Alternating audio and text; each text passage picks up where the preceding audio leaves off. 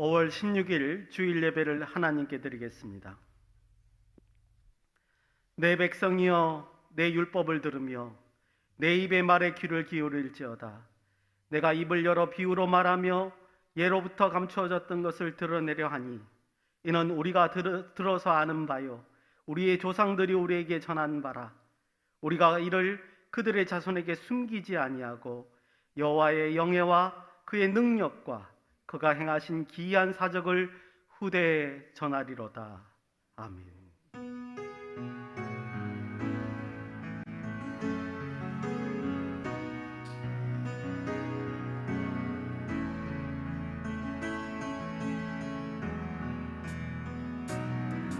두 손 들고 찬양합니다. 다시 오시와 여호와께 오직 주만이 나를 다스리네.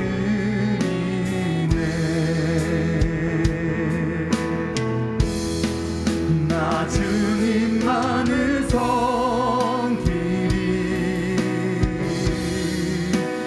헛된 마음 버리고 성령이여 내 영혼 충만하게 하소서. 주님 앞에 내 생명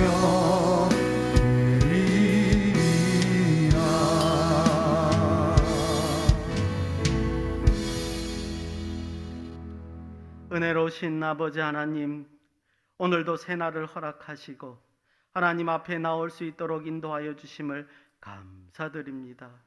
하나님께서 이렇게 부르셨사오니 이 시간 하나님 앞에 은혜의 시간을 누릴 수 있도록 허락하여 주시옵소서. 하나님의 말씀으로 우리의 죄를 깨닫게 하시길 원합니다. 진실한 마음으로 하나님 앞에 다가서길 원합니다. 인도하여 주시옵소서. 그리하여 우리의 인생이 하나님과 온전히 동행하는 삶이 될 수 있도록 인도하여 주시옵소서.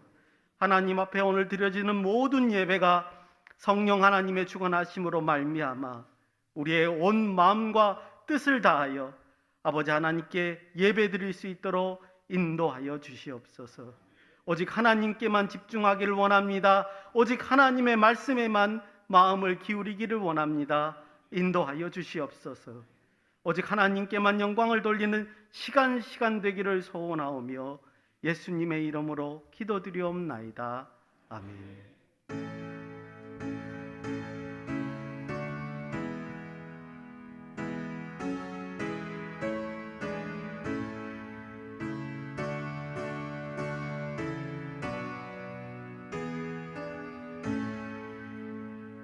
큰 영화로신 주 이곳에 오셔서 이 모인 자들로 주 백성 삼으사 그 중에 항상 계시고 그 중에 항상 계시고 큰 영광 나타내소서.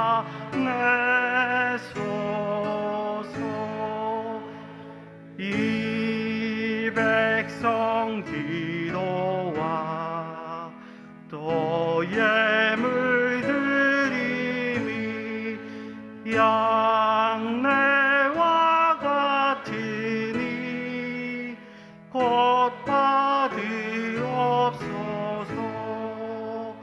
주 예수 그 신복음을 주 예수 그 신복음을 만 백성 듣게 하소서.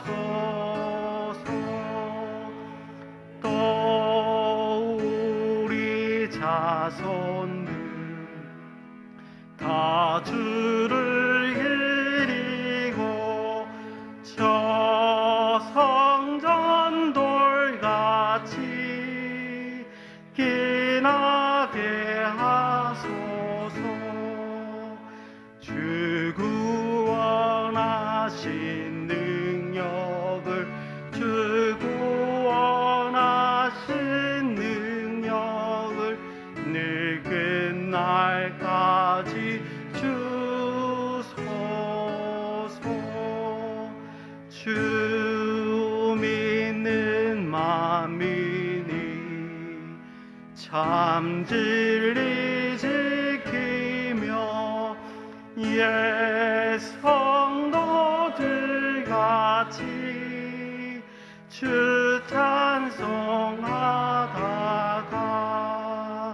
저 천국 보좌 앞에서, 저 천국 보좌 앞에서 늘 찬송하게 하소서. 아멘.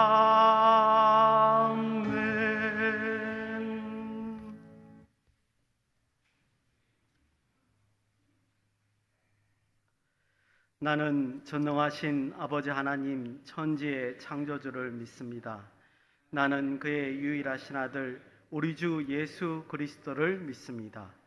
그는 성령으로 잉태되어 동정녀 마리아에게서 나시고 본디오 빌라도에게 고난을 받아 십자가에 못 박혀 죽으시고 장사된 지 사흘 만에 죽은 자 가운데서 다시 살아나셨으며 하늘에 오르시어 전능하신 아버지 하나님 우편에 앉아 계시다가 거기로부터 살아있는 자와 죽은 자를 심판하러 오십니다. 나는 성령을 믿으며 거룩한 공교회와 성도의 교제와 죄를 용서받는 것과 몸의 부활과 영생을 믿습니다. 아멘.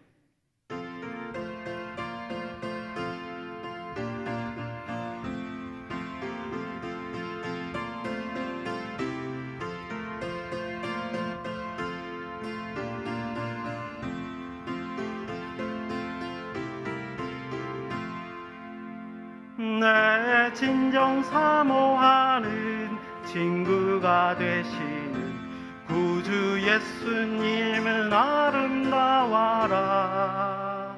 산 밑에 백합하여 빛나는 새벽별, 주님 영원할 길 아주 없도다. 내 마음이 아플 적에 큰 위로 되시며 나 외로울 때 좋은 친구라. 주는 저 산 밑에 백합 빛나는 새벽별, 이 땅 위에 비길 것이 없도다. 내 맘의 모든 염려 이 세상 보락도 주님 항상 같이 하여 주시고, 시험을 당할 때에 악마의 계교를 즉시 물리치사 나를 지키네. 온 세상 날 버려도 주 예수 안 버려 끝까지 나를 돌아보시니. 주는 저 산 밑에 백합 빛나는 새벽별, 이 땅 위에 비길 것이 없도다. 내 마음을 다하여서 주님을 따르면 길이 길이 나를 사랑하리니. 물불이 두렵지 않고 창검도 없네. 주는 높은 산성 내 방패시라. 내 영혼 먹이시는 그네 누리고 나 친히 주를 뵙길 원하네. 주는 저 산 밑에 백합 빛나는 새벽별, 이 땅 위에 비길 것이 없도다.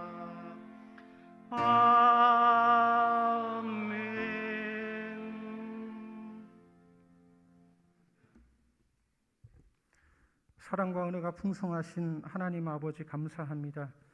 오늘도 거룩한 주일 은혜의 자리로 저희들을 불러주시고 하나님을 예배할 수 있도록 인도하시니 감사를 드립니다.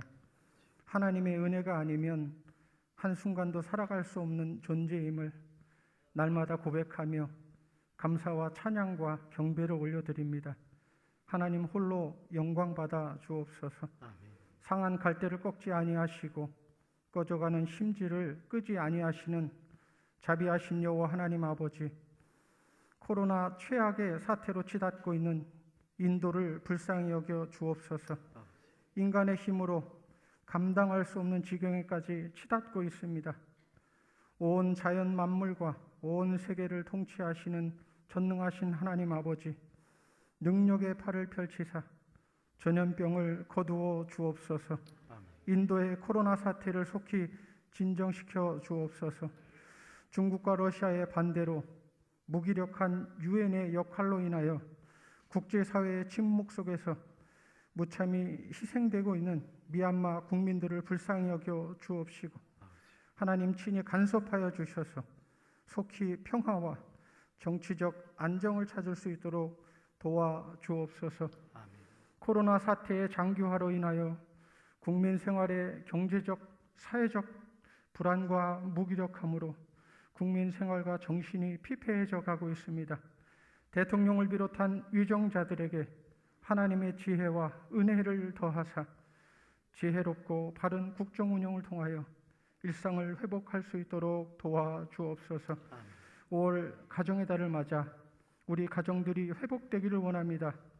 바른 부부 관계가 회복되게 하옵시고 부모와 자녀와의 관계가 회복되며 특별히 하나님과의 바른 관계가 회복되어 하나님께서 기뻐하시는 우리 소망교회 모든 가정들이 되게 하여 주옵소서.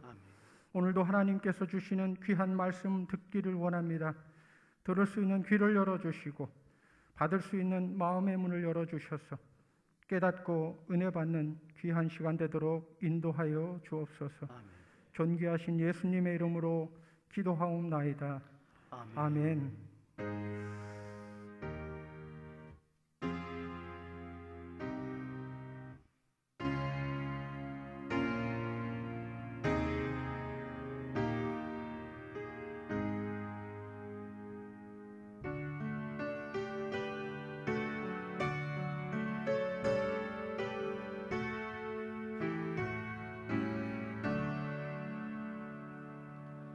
내게 있는 모든 것을 아낌없이 드리네. 사랑하고 의지하며 주만 따라 살리라. 주께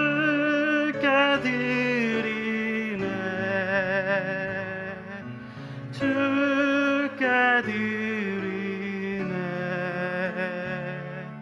사랑하는 구주 앞에 모두 드리네.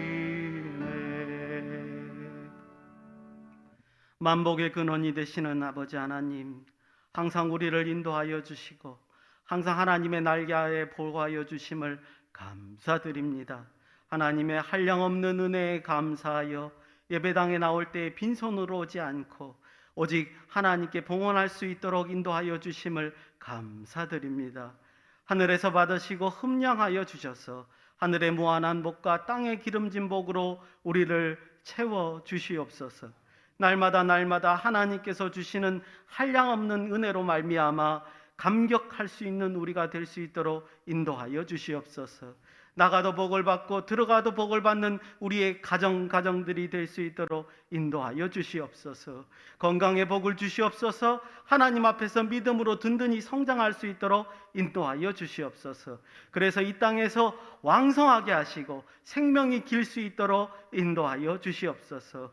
우리의 모든 사업장과 일터와 학업이 하나님의 지혜로 왕성해질 수 있도록 인도하여 주시고 이로 말미암아 풍성한 열매를 맺을 수 있도록 복 내려 주시옵소서. 아버지 하나님, 그리하여서 오직 이 땅에 사는 동안 우리 모두가 하나님의 영광을 위하여 사는 자들이 될 수 있도록 인도하시고 함께하여 주시옵소서. 예수님의 이름으로 기도드리옵나이다. 아멘.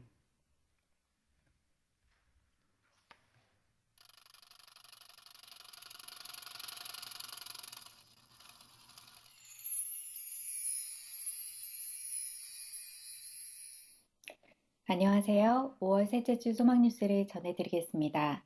첫 소식입니다. 본 교회는 방역 수칙을 잘 지키며 예배를 드리고 있습니다. 주일 1부에서 4부 예배를 드리며 2부 예배는 실시간 영상 송출을 합니다. 오늘은 교회학교 교사 감사의 날입니다. 다음 세대를 세우기 위해 수고하는 모든 교사들에게 감사드리며 2부 예배 때 교회에서 마련한 귀한 선물을 드립니다. 2021년의 주제는 회복이고 5월의 주제는 가정회복입니다. 코로나19의 상황에도 여러분의 가정이 행복하고 화목한 가정으로 회복되는 달이 되기를 바랍니다. 2021년 하반기부터 교회 학교를 섬길 교사를 모집합니다. 제4기 성경 통독반을 모집합니다. 매주 화요일 10시 30분부터 12시 30분까지 진행되며 성경의 맥락을 살피며 신구약 성경을 통독합니다. 자세한 내용과 신청은 2층 게시판에 참고해 주시기 바랍니다. 전유기 장로님, 조용혜 권사님이 결혼기념일을 맞아 감사한 마음으로, 전신의 청년이 생일을 맞아 감사한 마음으로, 박준호 성도님, 김은정 집사님이 범사에 감사한 마음으로, 유정열 안수 집사님, 김경화 집사님이 아들이 건강히 제대하게 해주심에 감사한 마음으로 떡을 제공해 주셨습니다. 감사합니다.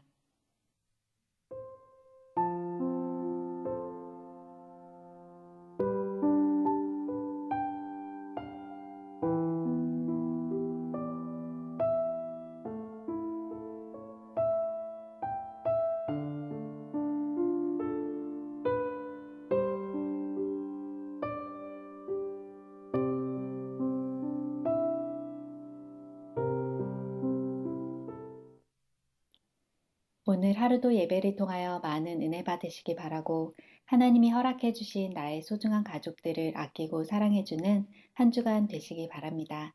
행복한 주일 되세요. 감사합니다. 몇 가지 광고를 더 하겠습니다. 오늘은 주일학교 교사분들을 위로하는 날입니다. 우리 교사들이 아침 일찍부터 저녁 늦게까지 그리고 주중에도 정말 애를 많이 쓰고 있습니다. 우리 아이들의 교육을 위해서, 신앙을 위해서 많은 수고를 하고 애쓰고 있는 우리 모든 주일학교 교사들을 위해서 여러분들 지속적으로 기도해 주시기를 바라고, 이런 날일수록 더욱더 따뜻한 말로 위로가 필요하니까 위로해 주시기를 바랍니다. 그리고 저는 오늘 오후부터 시작을 해서 창원에 있는 영남신학교에서 강의를 하게 되고, 그리고 화요일 날 다 마치게 되면 부산으로 이동을 해서 부산신학교에서 강의를 하게 되겠고, 그 다음에 교수들 면담을 하게 되겠습니다. 일정을 여러분 잘 기억을 하시고 위해서 기도해 주시면 감사하겠고요. 이번 주 토요일에 우리 신정란 권사님의 첫째 딸 노다솜이가 서울에 있는 세문안교회 언더우드홀에서 결혼식을 합니다. 참 훌륭한 그런 신랑을 만나서 아름다운 가정을 이루게 되겠는데, 여러분들 많이 참석해서 함께 축하를 해주시면 감사하겠습니다. 요새 어느 예식장을 가든지 간에 인원 제한이 있는 것이고 뿐만 아니라 음식을 그 장소에서 먹지 못하도록 되어 있습니다. 특별히 여기는 지금 교회이기 때문에 그런 것이 전혀 제공되지는 않지만은 여러분들 기쁜 마음으로 적극적으로 참여해서 축하를 해주시면 대단히 감사하겠습니다. 22일 토요일 오전 11시 세문안교회 언더우드 홀에서 있습니다. 신정남 원사님은 지금 저 멀리 그 동탄에 살고 있습니다. 동탄에 살고 있지만은 그곳에서 버스를 타고 이곳까지 오시려면 적어도 2시간 넘어 걸립니다. 매주일마다 이렇게 오고 계시는데 여러분들 기도 많이 해주시기를 바라고 함께 축하해 주시기를 바랍니다. 혹시 모르시는 분이 있을까 싶어서 권사님 함께 잠깐 일어나 보시기 바랍니다. 신정남 원사님. 네. 여러분 미리 한번 박수로 축하하겠습니다. 네, 고맙습니다. 감사합니다. 우리 교사들 오늘 그 위로 축하하는 그런 날입니다. 우리 교회 교사분들이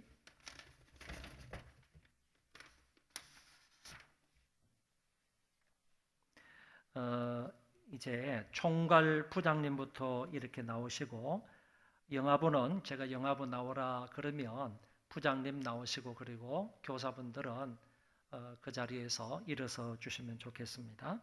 우리 총괄 부장님, 우리 지연수 권사님 앞으로 나오십시오.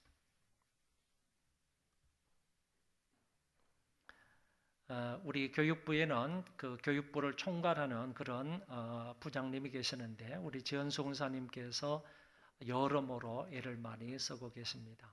우리 교사들 필요한 것도 그냥 자비로 다 대시고 이렇게 하시는데, 정말 애를 많이 쓰시고 수고하시는 우리 권사님이십니다. 큰 박수로 한번 축하하겠습니다.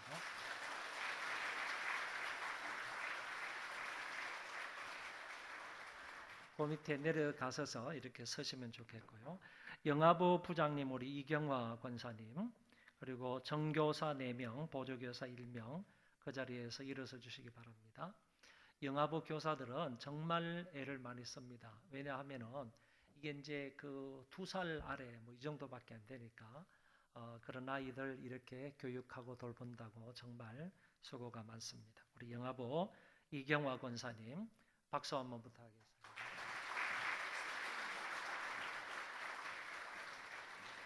유아부 부장 김순복 권사님, 정교사 6명이고 보조교사 5명입니다. 그 자리에서 일어서 주시기 바랍니다. 지금 아무래도 이 시간대에 우리 나오지를 못한 것 같아요. 유아부 부장의 김순복 권사님 함께 축하해 주시기 바랍니다.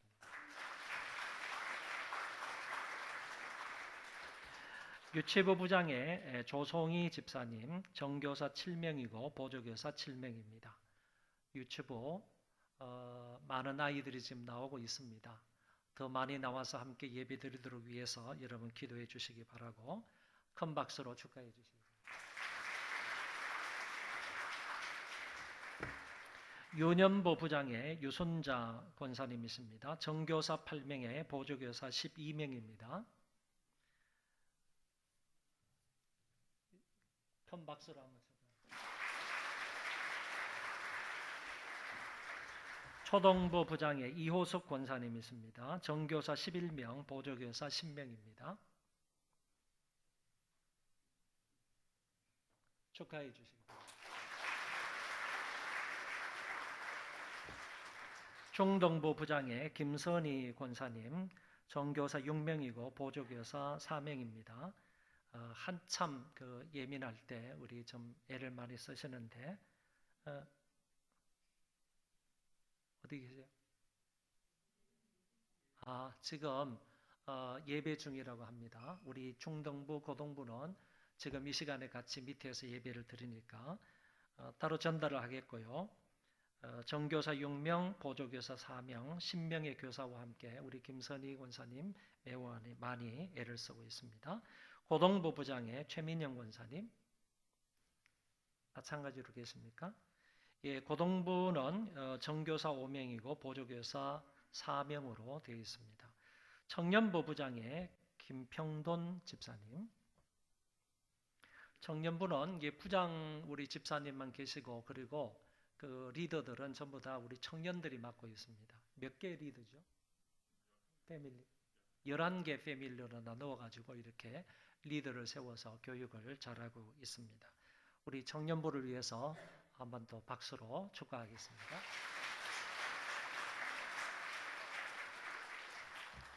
그리고 우리 노년부 부장의 조영애 권사님, 정교사가 4명으로 되어 있습니다. 우리 노년부는 지난주에도 한 120-30명 정도 나온 것 같아요. 70세 이상 어르신들을 이렇게 교육하고 돌보는 역할을 하고 있습니다. 조영희 권사님 함께 박수로 축하해 주시기 바랍니다.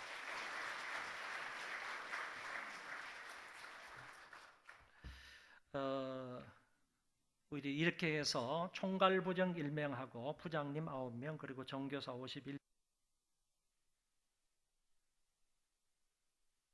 교사분들이 이렇게 주일학교를 위해서 대단히 수고를 많이 하고 계십니다.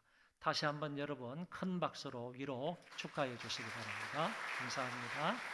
들어가 주십시오. 우리 하나님 말씀을 보겠습니다. 누가복음 1장 26절에서 38절입니다.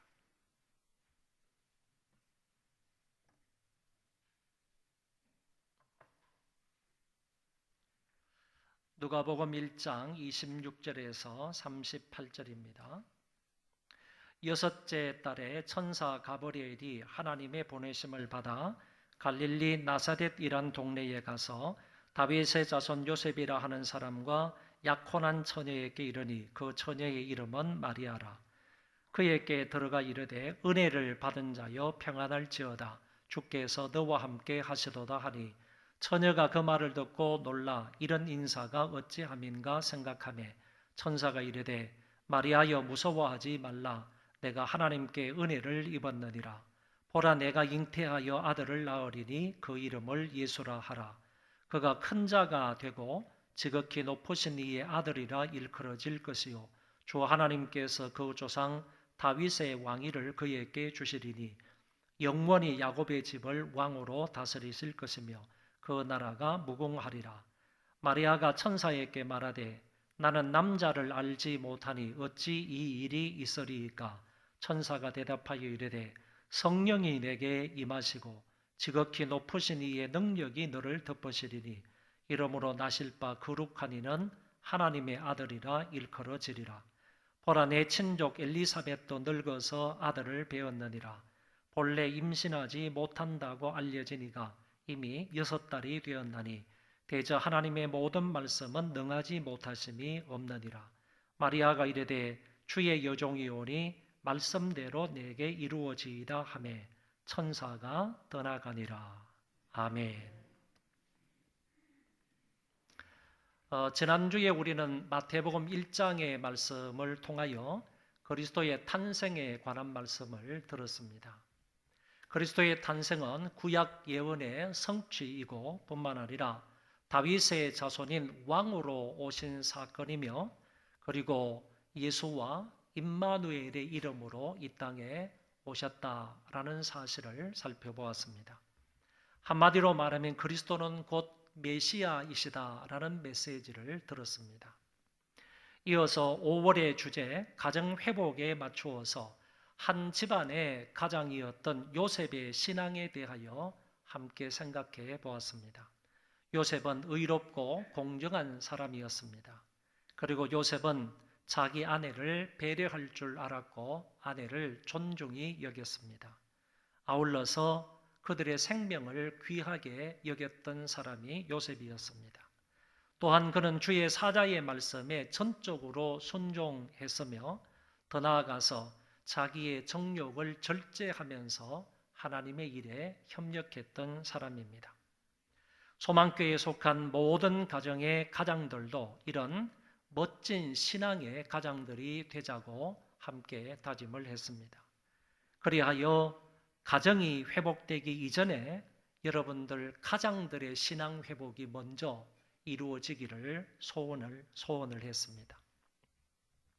오늘의 본문도 지난 주일의 설교 본문과 그의 차이가 나지 않습니다. 그리스도의 수태고지에 관한 기사인데 마태복음과 달리 마리아를 중심으로 기록되어 있음을 알게 됩니다. 마태복음 1장에서는 그리스도의 탄생을 말하면서 남편 요셉에게 주안점을 두고 기술을 하지만 오늘 본문인 누가복음 1장에서는 동일한 그리스도의 탄생 기사를 다루고 있지만 아내 마리아에게 초점을 맞추고 있다는 것입니다. 그래서 본문의 중심 메시지도 지난 주일의 말씀과 비슷하다고 생각하시면 되겠습니다. 단 지난주에는 적용점을 한 가정의 남편에게 맞추었다면 오늘은 아내에게 말씀을 적용을 해보도록 하겠습니다. 누가복음 1장은 크게 세 부분으로 나눌 수 있는데 앞부분하고 중간 부분하고 마지막 부분으로 나눌 수 있습니다. 제일 앞부분은 요한의 출생에 대한, 세례 요한의 출생에 대한 예고의 말씀이 나타나고, 중간 부분은 그리스도의 출생에 대한 예고의 말씀이고, 마지막 부분은 제일 앞부분에 세례 요한의 출생에 대한 예고대로 마지막 부분에는 세례 요한이 실제적으로 탄생하는 그런 장면을 기록하고 있습니다. 그러니까 세례 요한의 출생에 대한 말씀이 누가복음 1장 앞부분에 기록이 되어 있고, 마지막 부분에는 그 세례 요한이 예고된 대로 이 땅에 다시 태어나는 그런 부분을 볼 수 있다, 그런 얘기입니다. 그렇다면 중간 부분에 기록되어 있는 그리스도의 탄생에 관한 예고는 1장에 나타나지 아니하고 2장으로 넘어가서 2장 앞부분에 기록되어져 있음을 알 수가 있습니다.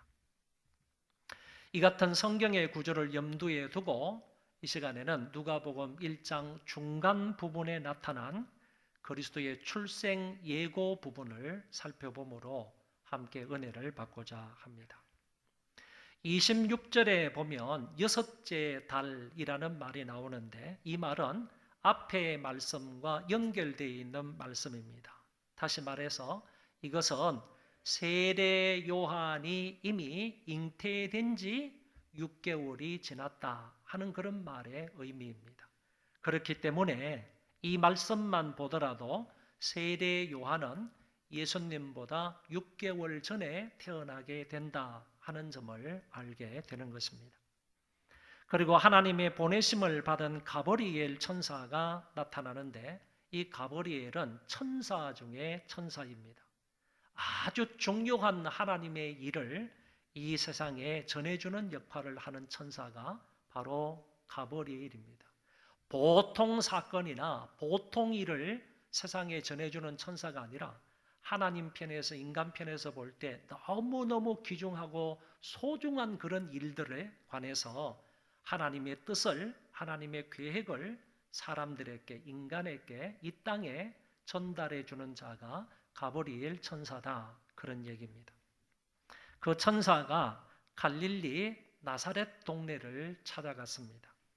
당시 갈릴리는 천대받는 동네였고 또한 가난한 동네였기 때문에 어쩌면 마리아도 낮고 천한 소장농의 딸이었다라고 추측할 수가 있겠습니다. 그 동네 출신이고 그 동네에 살았기 때문에 그 마리아도 역시 천대를 받았던 인물이고 뿐만 아니라 가난하게 살았을 것이다 라고 추측할 수 있다는 것입니다.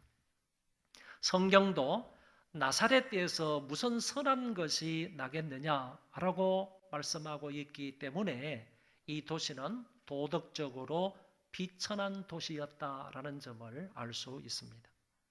가브리엘이 요셉과 약혼한 처녀에게 왔는데 그 처녀의 이름이 마리아라 이렇게 되어 있습니다. 요셉과 마리아 사이는 약혼한 사이인데, 지난주에도 말씀을 드린 바와 같이 유대의 약혼은 그의 결혼과 같은 효력을 지니고 있다라고 했습니다. 요셉은 마리아를 만나서 결혼하기로 하고 신부의 집에 주어야 하는 결혼 지참금도 주었을 것이고 1년 후에 우리 다시 약혼을 이어서 결혼을 하자라고 약속을 한 사이가 되었습니다. 이때 마리아의 나이는 본문에 나타나지 않지만 많은 신학자들이 말하기를 마리아는 10대 중반이었을 것이다 이렇게 추측을 합니다. 그녀가 몇 살인지는 분명하지 않지만 분명한 한 가지 사실은 그녀가 수처녀였다, 처녀였다라는 사실을 성경은 밝혀주고 있습니다. 가브리엘 천사가 그녀에게 들어가서 이렇게 인사를 합니다. 천사가 마리아에게 너는 은혜를 입은 자다, 은혜를 입었다라는 말로 인사를 했습니다. 이는 주권적인 하나님의 섭리 가운데 수처녀로 선택을 받은 은혜를 입은 자다라는 뜻입니다. 네가 하나님의 은혜를 입어서 수처녀 가운데 이제 예수를 잉태할 수 있는 그런 은혜를 입었다라는 얘기입니다. 그리스도는 분명 동정녀의 몸에서 태어나셔야 하는데 그 동정녀로서 택함을 입은 것이기 때문에 대단한 은혜를 입은 것이다. 그런 얘기고, 더 나아가서 인류의 구원자를 잉태하게 되었으므로 이것 또한 은혜가 아닐 수 없다. 그런 얘기입니다.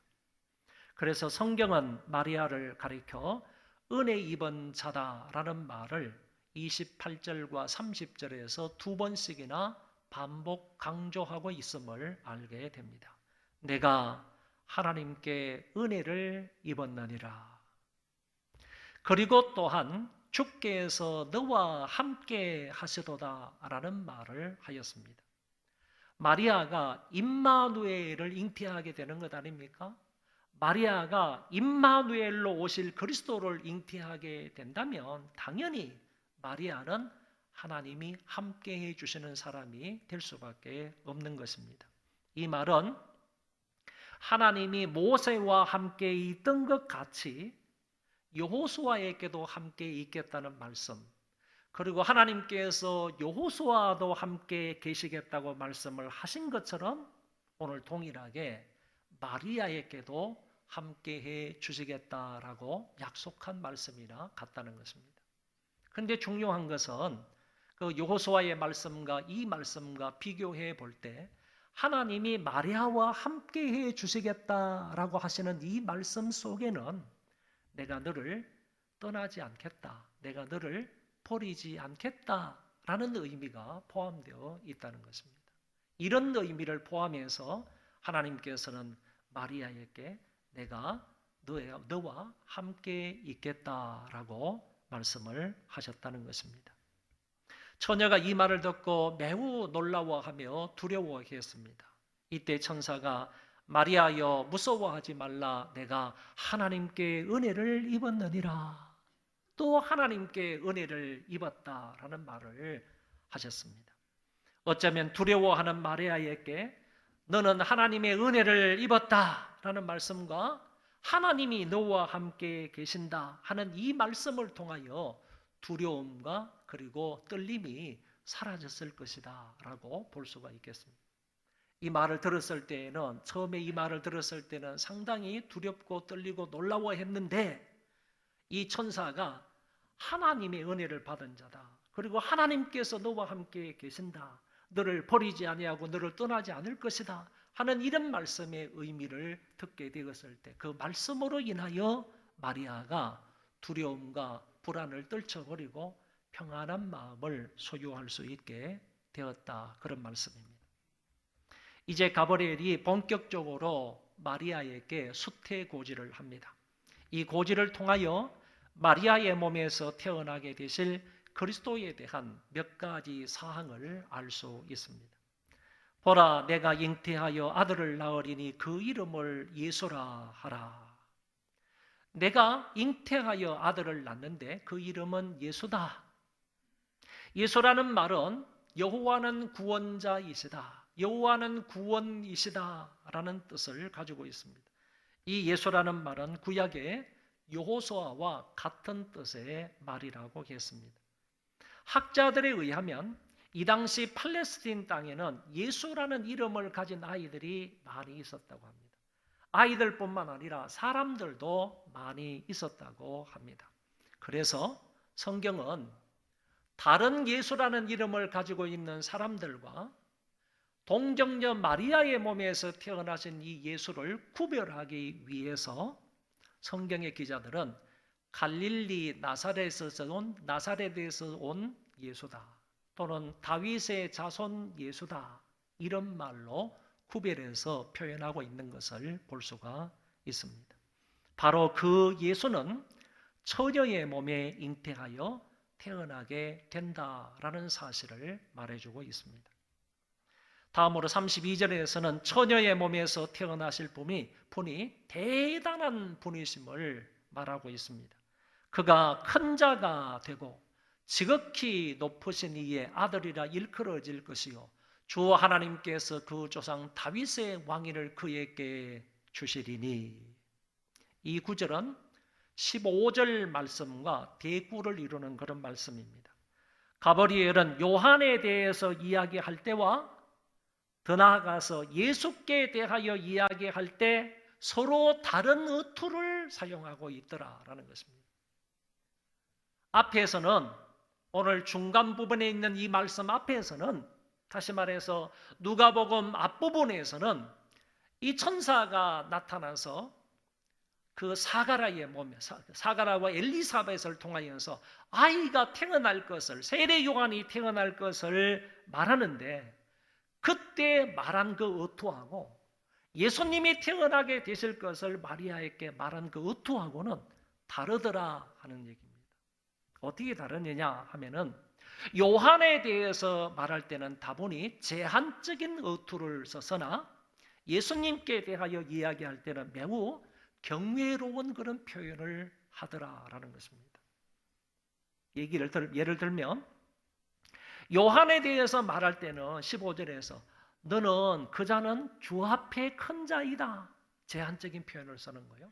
그러니까 주님 앞에서 큰 자이다, 하나님 앞에서 큰 자이다 라는 것을 말하지만은 예수님에 대해서 표현할 때는 단순히 당신은 큰 자이다 이렇게 표현을 했다는 것입니다. 요한은 사가랴와 엘리사벳의 아들로 태어나지만 예수님은 지극히 높으신 하나님의 아들로 태어난다 이렇게 말했고, 요한은 모태로부터 성령에 충만한 사람이다 이렇게 표현을 했지만은 예수님은 그 성령님의 능력으로 말미암아 잉태된 자다 이렇게 말하고, 요한은 이스라엘을 하나님께로 돌아오게 하는 자이지만은 예수님은 바로 그 하나님이다 이렇게 표현을 하더라는 것입니다. 이런 단순한 비교 대조를 통하여서 볼 때 예수님은 분명히 세례 요한보다 월등히 뛰어나신 분이다, 그분이야말로 큰 자이다 하는 점을 알게 되는 것입니다. 그는 분명히 큰 자이시며 지극히 높으신 이의 아들입니다. 단적으로 이 말은 예수께서 신적 기원을 지닌 메시아이심을 증거하는 말씀입니다. 지극히 높으신 이라는 말은 35절에서도 나오는데 이 양자 모두 하나님의 초월성을 나타내는 말입니다. 하나님은 초월하여 계시는 분이다, 인간과 비교할 수 없이 지극히 높은 지고하신 분이다 하는 사실을 우리에게 말씀해 주고 있는데, 그 지극히 높으신 하나님으로 말미암아 메시아가 통정녀의 몸에서 오셨다 하는 점을 말씀하고 있는 것입니다. 그리고 그 조상 다윗의 왕위를 주신다라는 말은 예수는 예언된 바 그대로 다윗의 혈통에서 태어나서 다윗 왕권을 통해서 하나님의 신령한 뜻을 온전히 성취시킬 것이다 라는 의미가 담겨져 있습니다. 다시 말하면 다윗의 계보를 따라서 이 세상에 왕으로 오셔서 왕 되신 그 주님이 만국을 통치하실 것이다 하는 의미로 이렇게 말씀을 하셨다는 것입니다. 요약해서 말하면 예수는 큰 자이시고 하나님의 아들이시며 다윗의 혈통을 따른 왕으로 오셔서 그 역할을 잘 감당하실 분이다 하는 점을 우리에게 말씀해 주고 있습니다. 그리고 이어서 그 왕은 영원히 야곱의 집을 왕으로 다스리실 것이며 그 나라가 무궁하리라 라고 말씀하셨습니다. 여기에 야곱의 집은 그리스도를 왕으로 받드는 모든 성도들을 가리키는 것입니다. 그렇다면 그리스도께서 이 세상에 오셔서 모든 성도들을 영원 무궁토록 다스리고 통치하실 것이다 하는 의미를 담고 있는 것입니다. 주님이 이 세상에 살아계신 한, 주님이 이 세상에 없어지지 아니한, 주님이 이 세상에서 죽지 아니하시는 한에는 그 나라는 망하거나 결코 없어지지 아니하는 영원 무궁한 나라가 될 것입니다. 그러면 가브리엘의 수태고지를 통하여 드러난 예수 그리스도의 모습을 잠깐 정리해 보도록 하겠습니다. 그는 처녀의 몸으로 태어나는데 그 이름이 예수라고 했습니다. 그분은 큰 자이시고 하나님의 아들이시며 다윗 계열의 왕으로 오셔서 신자들뿐만 아니라 세계 열방을 영원토록 다스리실 분이라고 했습니다. 여러분, 만약 이 같은 천사의 고지가, 다시 말해서 예수라는 사람이 이 세상에 태어나는데 그는 다윗의 후손으로 온 왕이고 그가 다스리는 왕국은 영원 무궁할 거다. 그가 다스리는 왕국은 변하지 아니하고 무너지지 아니하고 파괴되지 아니하고 영원 무궁할 것이다 라는 이와 같은 얘기가, 그리스도의 탄생에 대한 이 예고가, 이 계시가 다른 나라 사람들이나 특별히 로마 황제에게 이 소식이 전해졌다고 한다면 그들은 그리스도의 고지에 대한 얘기를 듣고 어떤 반응을 보이겠습니까? 이것은 로마 황제에게 분명히 위협적인 말이 아닐 수가 없습니다. 더 나아가서 이거는 구테타나 역모와 같은 발언이 아닐 수가 없다는 것입니다. 어쩌면 이 얘기를 로마 황제가 들었다면 당장 군인들을 소집해서 이스라엘을 공격할 수도 있었을 것입니다. 이런 입장에서 수태고지, 그리스도께서 태어나시게 되면 이런 분이 될 거다 하는 것이 예언이 되었다는 것, 계시가 되었다는 것은 참으로 놀랄 만한 일이 아닐 수 없습니다. 이와 같은 내용의 수태고지가 마리아에게 있었을 때 마리아가 이렇게 말을 합니다. 마리아가 천사에게 말하되 나는 남자를 알지 못하니 어찌 이 일이 있으리까. 마리아의 대답 중에 나는 사내를 알지 못한다, 남자를 알지 못한다 라는 말을 했는데, 이 말은 남자하고의 성적 관계를 말하는 것입니다. 나는 성적 관계를 가진 적이 없다 하는 점을 밝히고 있는 것입니다. 여기서 중요한 것은요, 알지 못한다. 히브리어는 야다고, 헬라어는 기노스코인데 이 말은 무슨 얘기냐면 동사를 보면 현재 시상으로 쓰고 있다는 거예요. 과거부터 시작해서 지금 이 시간도 나는 남자와 관계를 가진 적이 없다, 그런 얘기예요. 과거부터 시작해서 지금까지, 과거부터 현재 이르기까지 나는 한 번도 남자와 성적인 관계를 가진 일이 없다 하는 점을 현재 시상을 통하여서 분명히 밝혀주고 있는 것입니다. 그래서 NIV 영어 성경에서는 Since I am a virgin 이라고 말했습니다. 이 말은 나는 처녀이니 과거부터 지금까지 처녀이다, 수처녀이다 라는 그런 말입니다.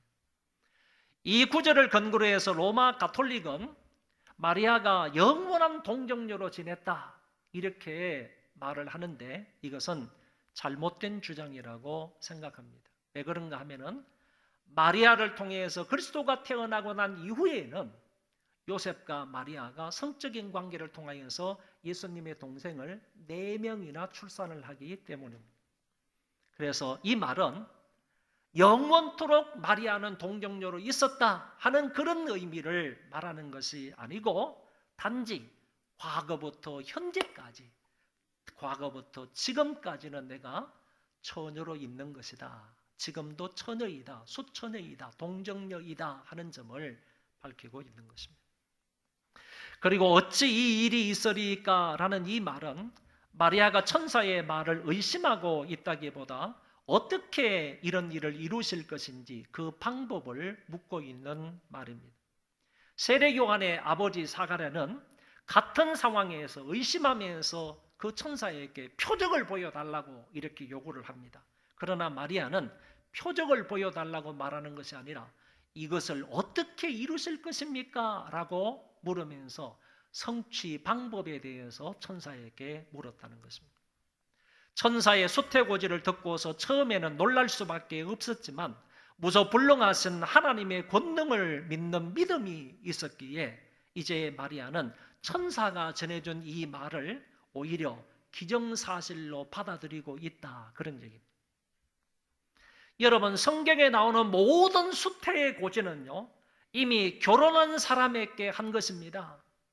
이미 결혼한 사람에게 하나님께서 천사를 보내어서 너에게 내년 이맘때에 아들이 있을 것이다 이런 식으로 수태고지를 했는데 오늘 본문만큼은요 처녀인 마리아에게 나타나서 수태고지를 하셨다는 것입니다. 이것을 마리아는 믿음으로 받아들이고 있는 것입니다. 그럴 가능성이 전혀 없어요. 이걸 받아들인다는 것은 참으로 어려운 일입니다. 그럼에도 불구하고 처녀인 자기에게 수태고지가 있었을 때 마리아는 믿음으로 이것을 수용하게 된다는 것입니다. 마리아가 처녀라는 것은 잉태에 대한 가장 큰 장애물이지만 이 장애물은 하나님의 능력에 의해서 이제 해결이 될 것입니다. 그래서 35절에 천사가 대답하여 이르되 성령이 내게 임하시고 지극히 높으신 이의 능력이 너를 덮으시리니 이러므로 나실 바 거룩한 이는 하나님의 아들이라 일컬어지리라. 누가는 다시 성령이 내게 임하시고 너를 덮으심으로 나실 분은 하나님의 아들이라고 했습니다. 유대인들은요, 아이들이 출생하는 데는 3번의 합작이 필요하다 그랬습니다. 유대인들 생각입니다. 아이가 이 세상에 태어나려면 3분이 합작해야 된다. 아버지가 있어야 되고 어머니가 있어야 되고, 여기에 유대인들은 한 분을 더하는데 하나님의 거룩한 영이 더하여져야 된다. 그러니까 어떤 의미에서 유대인들은 생각이 그런 거예요. 부부가 만나가지고 자동적으로 아이가 생긴다고 믿는 사람들이 아니라는 거예요. 유대인들 입장에는 적어도 남자 여자가 당연히 있어야 되겠지만은 그 사이에서 부정모혈의 관계에서 아이가 태어나려면 결정적인 것은 하나님의 영이 도와주셔야 된다는 거예요. 하나님의 영이신 하나님이 성령이 도와주셔야만 그 가운데서 아이가 태어날 수 있다, 이렇게 생각을 했다는 것입니다. 그런데 여기 보시기를 바랍니다. 예수님의 경우는 오로지 성령님으로 말미암아 동정녀 마리아의 몸에서 태어나게 된다는 거예요. 아버지도 작용하지 않았습니다. 어머니가 작용했습니까? 어머니의 난자를 사용했습니까? 전혀 부모의 역할, 남자와 여자의 역할은 전혀 없었습니다. 단 성령의 능력으로만 마리아의 몸에 아이가 잉태하게 되었다, 그런 얘기입니다. 그러니까 유대인들이 생각하는 3번의 합작한 그런 제품이 아니라, 합작한 그런 것이 아니라는, 결과가 아니라는 거예요. 아니고 이것은 오로지 성령 하나님의 능력으로 인하여 된 일이다라는 점을 밝히고 있는 것입니다. 그리고 나실 바 거룩한 이는 하나님의 아들이라는 이 말씀은요, 동정녀의 몸에서 태어나실 분은 하나님이라, 그런 얘기입니다. 예수님이 세례를 받을 때 하늘에서 소리가 있었습니다. 이는 내 사랑하는 아들이요 라고 했잖아요. 이는 내 사랑하는 아들이요 하는 말씀을 하나님께서 해주셨습니다. 변화산에서 주님이 변모를 하셨을 때 그때에도 하늘에서 소리가 있었습니다. 이는 내 사랑하는 아들이다, 이렇게 말씀하셨고, 베드로가 주님에 대한 신앙 고백을 할 때에도 같은 음성이 들렸고요. 그리고 예수님이 십자가에 달려 돌아가셨을 때 밑에 있던 백부장이 진실로 저는 하나님의 아들이었도다라고 고백을 했습니다. 여러분, 그렇다면 나실 바 거룩한 이는 하나님의 아들이다, 태어나시게 될 그분, 동정녀의 몸에서 태어나시게 될 그분은 하나님의 아들이다, 이 말은 곧 그리스도는 하나님이다, 그런 뜻이라는 겁니다. 하나님의 아들은 하나님이다, 그런 뜻입니다. 이런 의미로 여기에서 단언하여 말하기를 태어나실 그분 그리스도는 곧 하나님이시다라고 증언하고 있는 것입니다. 이어지는 36절, 37절은 너의 친척 엘리사벳도 늙어서 아이를 가졌다고 말하고 하나님의 말씀은 능치 못함이 없다라고 하셨습니다. 여러분, 사가랴와 엘리사벳 부부는 나이가 많아서 아이를 가질 수 없는 몸입니다. 이들 부부는 젊었을 때도 아이를 가질 수가 없었습니다. 여기에다가 이제 나이가 많아져서 몸이 늙었기 때문에, 연로하기 때문에 임신이 불가능하게 되었다, 그런 얘기입니다.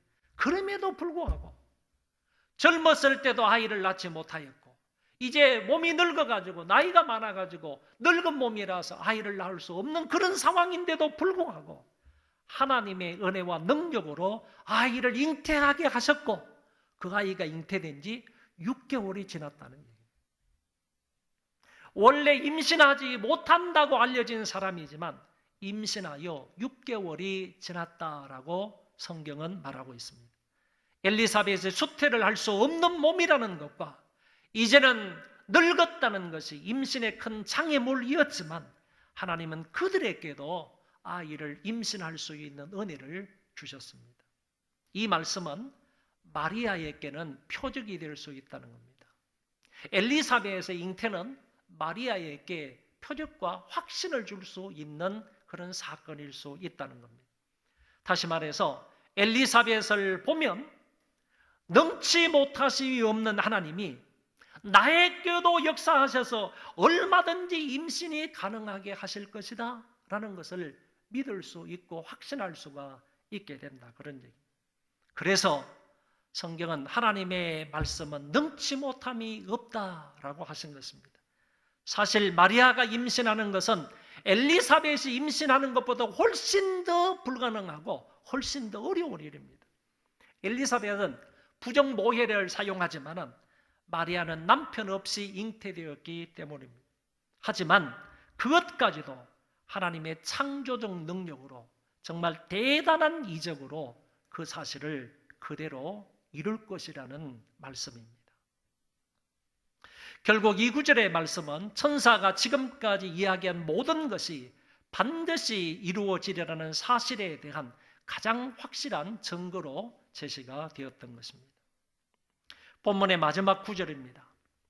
천사가 한 지금까지의 모든 말에 대해서 마리아가 결론적인 반응을 보였습니다. 마리아가 이르되 주의 여종 예언이 말씀대로 내게 이루어지이다 하매 천사가 떠나가니라. 여기에 계집종이라는 말이 나오는데 이 말은 노예라는 말입니다. 계집종이라는 말은 노예라는 뜻입니다.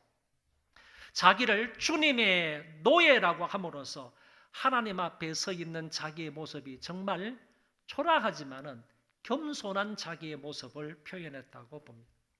그리고 말씀대로 내게 이루어지이다라는 말은 결코 가볍게 여겨질 성질의 것이 아닙니다. 처녀 수태로 인해서 파급될 문제는 엄청난 것이기 때문입니다. 요셉과의 파혼과 함께 부정한 여인으로서 몰려 결국에 세인들의 멸시와 지탄을 받아야 하고 자칫 잘못하면 돌에 맞아서 죽게 될 그런 상황이 되기도 할 것입니다. 그러나 천사의 마지막 말, 하나님의 모든 말씀은 능치 못하심이 없다 하는 이 말씀이 마리아에게 큰 위로와 격려와 힘이 되었을 것으로 봅니다. 그래서 마리아는 이 모든 말씀대로 나에게 그대로 이루어지이다 라고 수용을 하게 된 것입니다. 마리아는 천사가 전하여 준 그 모든 말씀대로 하나님은 능하지 못한 일이 없음을 믿고 받아들이게 된 것입니다. 마리아는 수태고지 앞에 대단히 겸손한 마음으로 합당한 반응, 위대한 반응, 절대적 믿음의 반응을 보였습니다. 조금 건너뛰어서요. 이제 오늘 말씀을 좀 정리를 해보도록 하겠습니다. 본문에서 가브리엘 천사가 예수 그리스도를 어떻게 계시를 하셨습니까? 마리아의 몸에서 태어나게 될 그리스도가 어떤 분이시며 이 땅에 오셔서 그분이 어떤 일을 하실 분입니까? 성경의 핵심이 항상 그리스도라면 본문을 통해서 드러난 그리스도는 어떤 분이십니까? 먼저 마리아의 몸에서 태어날 아이의 이름이 예수라고 했는데 이는 곧 구원자이다라는 의미입니다. 자기 백성들의 죄에서 구원할 자라는 것입니다. 곧 예수는 메시아이시다라는 의미입니다. 먼저 마리아의 몸에서 둘째입니다. 큰 자라고 했는데 이는 보통 사람과 비교할 수 없는 높고 위대하신 분이라는 말입니다. 그러니까 계시된 그리스도가 어떤 분이냐라고 할 때 그 이름이 예수라는 말 속에는 구원자이시고 메시아이다 하는 의미가 담겨져 있다는 것이고, 둘째는 그 메시아는 큰 자이다. 예수는 큰 자이다. 보통 사람들과 비교할 수 없는 높고 위대하신 분으로 계시가 되었다. 그런 말입니다. 셋째는 지극히 높으신 하나님의 아들이라고 했습니다. 하나님의 아들은 곧 하나님이라고 말씀을 하셨기 때문에 곧 그리스도는 하나님이다라는 의미가 되겠습니다. 넷째는 하나님으로부터 다윗의 왕위를 받은 분이다 그랬습니다. 다섯째는 그 왕으로 오신 주님이 영원토록 성도들과 나라와 백성을 통치하실 것이다 하는 점을 말씀드릴 수 있습니다. 그리스도가 본문을 통하여 이렇게 계시된 분이므로 세례 요한보다 훨씬 더 우월하신 분임을 알 수 있습니다. 비록 세례 요한은 6개월 앞서 태어나기는 하지만 실제로 그리스도는 영원 전부터 선재하신 분이시고, 그리고 세례 요한은 길을 예비하기 위하여 온 사람이나 그리스도는 바로 그 길이 되시는 분이고, 요한은 사람의 아들이지만 그리스도는 성령으로 잉태되신 하나님의 아들 메시아이시고, 요한은 선지자였지만 예수는 구원자 왕이심을 말씀드릴 수 있습니다. 이 같은 간단한 비교를 통하여 보더라도 그리스도는 세례 요한보다 절대적으로, 아주 절대적으로 큰 자임을 알 수 있습니다. 우리는 하나님이 가브리엘을 통해 주신 이 같은 계시가 아니고서는 주님이 어떤 분인지를 알고 믿을 수가 없습니다. 우리가 꼭 필요한 것은 계시를 통한 신지식입니다. 한번 따라하겠습니다. 계시를 통한 신지식. 계시를 통한 신지식. 오늘 가브리엘이 마리아에게 계시해 주신 그 그리스도에 대한 이와 같은 계시가 없이는 우리가 그분에 대한 지식을 가질 수가 없다, 그런 얘기입니다. 그래서 우리에게 정말로 필요한 것은 계시를 통한 신지식이 필요한 것입니다. 하나님이 그의 외아들 예수 그리스도에 대한 계시를 이렇게 가브리엘을 통해서 하셨으므로 우리는 이 사실을 그대로 믿고 의지하며 그분의 다스림을 받으며 살아갈 수 있기를 바랍니다. 또 다른 한 가지 교훈이 있는데 그것은 바로 한 가정의 부인 마리아의 신앙에 관한 것입니다. 한 가정의 아내인 마리아는 어떤 신앙을 가졌는지를 본문을 통하여 몇 가지로 요약을 하겠습니다. 첫째, 마리아는 갈릴리 동네에 살았던 천민이었으나 도덕적 순결을 지키며 살았던 여인입니다. 나사렛 동네에 살았다는 것을 대부분 신학자들은 그의 겸손을 나타낸다라고 해석을 합니다. 그렇다면 마리아는 겸손하게 살았고 또한 도덕적 순결을 지켰던 사람이라고 할 수 있습니다. 처녀라는 말을 2번이나 사용하였고 또한 자기 입으로 나는 남자를 알지 못한다고 분명히 얘기를 했습니다. 둘째로 마리아는 하나님의 은혜를 입은 자였고 주께서 함께해 주셨던 인물입니다. 마리아가 하나님께 은혜를 입었다는 말도 2번씩이나 반복 강조되어 나타나는 것을 볼 때 가난한 동네의 순결을 지키며 살았던 어린 약혼녀에게 주신 하나님의 은혜가 풍성했다. 그녀에게 주신 하나님의 은혜가 참으로 놀라웠다 하는 점을 알 수 있게 되는 것이고, 그 은혜는 사그라지지 않고 지금도 계속되고 있다 하는 점을 알 수가 있습니다. 또한 하나님이 그녀와 함께 해 주신다, 그녀와 함께 있겠다고 약속을 하셨다 하는 이 말씀도 그녀에게 있어서 큰 복이 아닐 수가 없습니다. 셋째로 마리아는 하나님의 말씀을 그대로 받아들이고 말씀에 순종하였습니다. 하나님의 모든 말씀은 능치 못함이 없다는 그 말씀을 그대로 수용하며 나에게도 그대로 이루어지기를 바라는 순종의 마음을 가졌습니다. 본문 이후에 보면 이 마리아가 누구를 방문하는가 하면은 잉태했다는 엘리사벳을 방문하게 됩니다. 그러니까 엘리사벳의 몸에 정말로 세례 요한이라는 아이가 잉태했는지 이것을 확인하기 위해서 마리아가 엘리사벳을 찾아가서 이것을 확인하게 됩니다.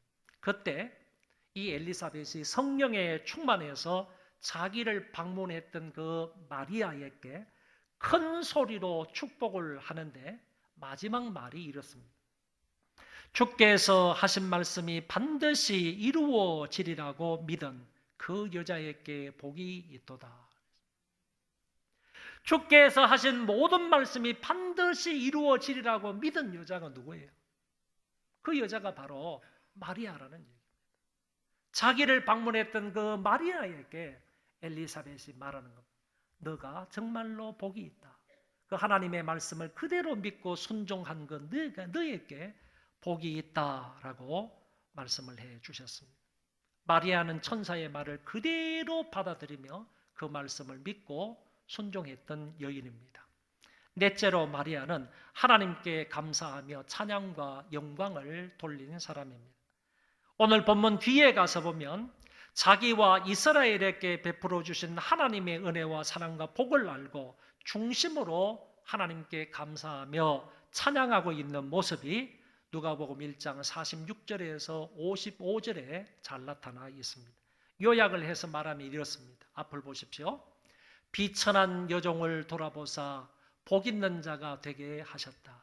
이런 내용으로 감사하며 찬양하는 것이고, 나를 통하여 주께서 큰 일을 행하셨다라고 했으며, 두려워하는 나에게 긍휼을 베풀어 주셨으며 비천한 나를 높여 주셨다고, 이스라엘을 긍휼히 여기사 아브라함과의 약속을 지키셨다고 하나님 앞에 감사하며 찬양하는 모습이 길게 나오게 됩니다. 마리아는 한 집안의 젊은 부인으로서 참으로 아름다운 신앙을 가졌습니다. 정리해서 말하면 그녀는 겸손하고 순결한 사람이었고, 하나님의 은혜를 풍성히 입었고, 하나님의 말씀을 그대로 순종하였고, 하나님의 은혜를 감사하며 찬양했던 여인입니다. 소망교회에 속한 모든 가정의 부인들은 마리아의 신앙을 본받을 수 있기를 바랍니다.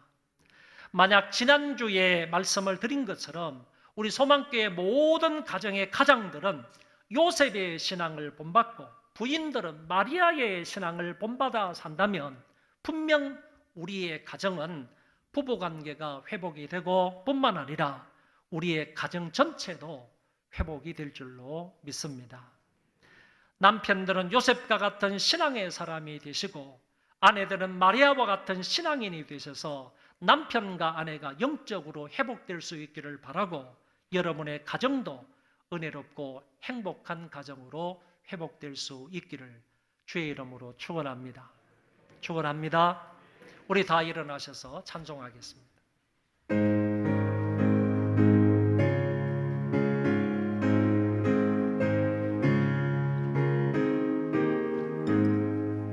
구주 예수 의지하니 심히 기쁘니 일세 영세 허락 받았으니 의심하주 없도다.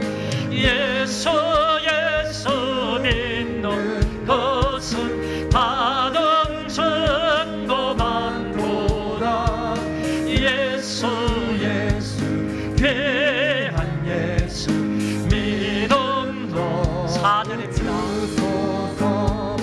그주 예수 의지하여 구원함을 얻었네. 영원 무궁지나도록 주여 함께 하소서. 예수 믿는 것은 받은 증거만 보다. 예수 귀한 예수 믿음도 주소서. 아멘.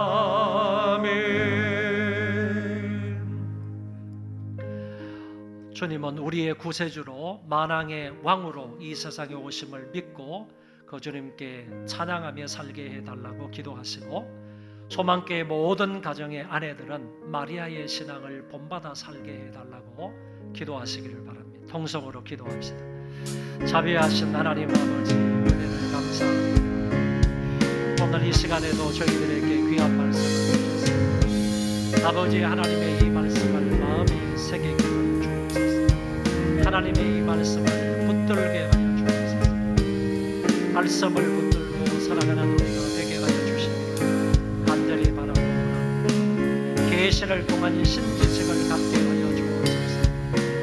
하나님 아버지께서 오늘 천사를 통하여 저희들에게 그리스도에 대하여 계시게 주신 대로 우리가 이 말씀을 그대로 믿고 의지하며 순종하며 살아갈 수 있는 우리가 되도록 은혜를 베풀어 주시기를 간절히 바라고 소원합니다. 하나님 아버지여, 우리가 신지식을 갖지 아니하면 절대로 하나님 아버지 망할 수밖에 없는 존재들이니, 그러므로 인하여서 하나님 우리가 망해서는 안 되겠사. 우리를 불쌍히 여기서 하나님 계시를 통한 신지식을 가지고 이 사실을 확실히 믿고 의지하고 따르는 우리가 되고 구원을 받고 영생을 얻는 자가 되도록 은혜를 입혀 주시기를 간절히 빌고 원합니다. 하나님 아버지, 또 뿐만 아니라 마리아의 신앙을 본받을 수 있는 우리 모든 부인들 되게 하여 주시기를 원합니다. 남편들은 요셉의 신앙을 본받고 부인들은 마리아의 신앙을 본받고 부부의 모든 영적인 생활이 회복되도록 도우시고, 뿐만 아니라 하나님의 은혜 가운데서 우리의 가정도 회복되는 놀라운 역사가 있게 하여 주시옵소서.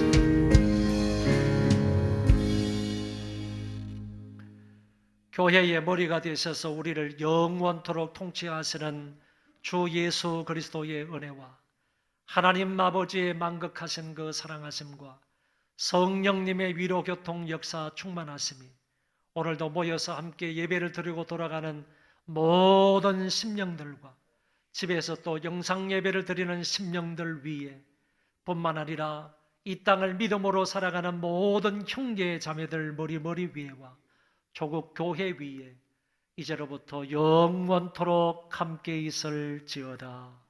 아멘.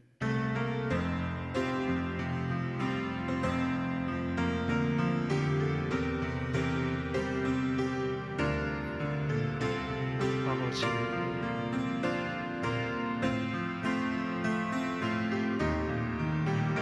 하나님 아버지,